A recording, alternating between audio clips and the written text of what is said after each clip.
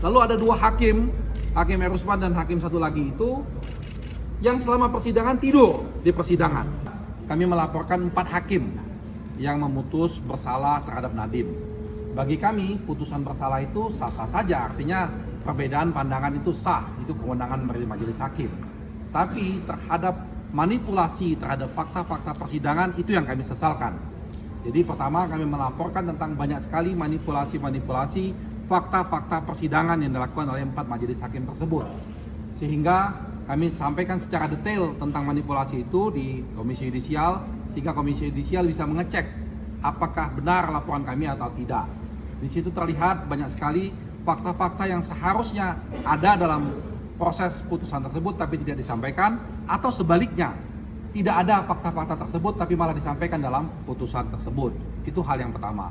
Lalu kaitan dengan hal-hal yang teknis lanjutannya terkait dengan kode etik, pertama, hakim ketua majelis yaitu Hakim Purwanto yang sudah dijatuhi putusan non palu oleh Komisi Yudisial dalam perkaranya Tom Lembong, malah beliau ditunjuk lagi sebagai majelis hakim kasusnya Nadiem Anwar Makarim. Jadi ditunjuknya itu diputus bersalah non palu itu adalah 8 Desember 2025, ditunjuk menjadi hakimnya itu 9 Desember 2025.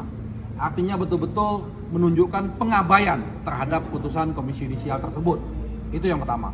Lalu yang kedua, Hakim Purwanto dan Hakim Sunoto menunjukkan betul sikap keberpihakannya, tidak melakukan imparsial dalam proses peradilan ini. Mereka dalam proses persidangan ketika ada fakta-fakta yang meringankan terdakwa malah seperti diabaikan, tetapi memberatkan malah digali sedemikian rupa. Itu kami buktikan dengan video-video rekaman yang dalam proses persidangan.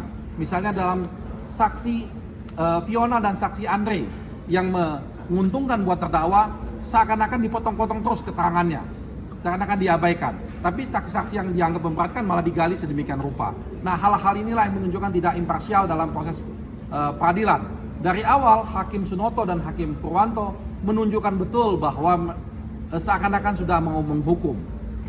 Teman-teman juga ingat bahwa dalam proses persidangan ini terjadi juga ketidakadilan itu, seperti misalnya kami pernah melaporkan juga ke KY, jaksa diberikan kesempatan sedemikian banyak untuk menghadirkan saksi sampai 50-an, kami baru 5 dibatasi, di stop.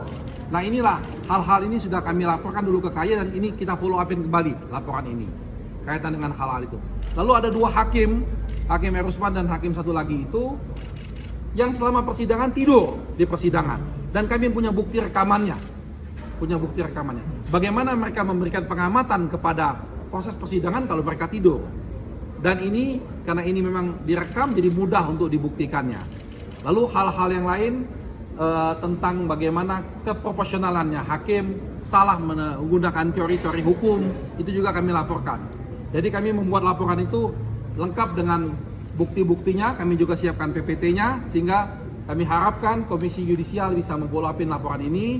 Dan tadi kami sudah ketemu dengan Ketua Komisi Yudisial, beliau berjanji akan menanggapi. Download Tribun X sekarang, menghadirkan lokal menjadi Indonesia.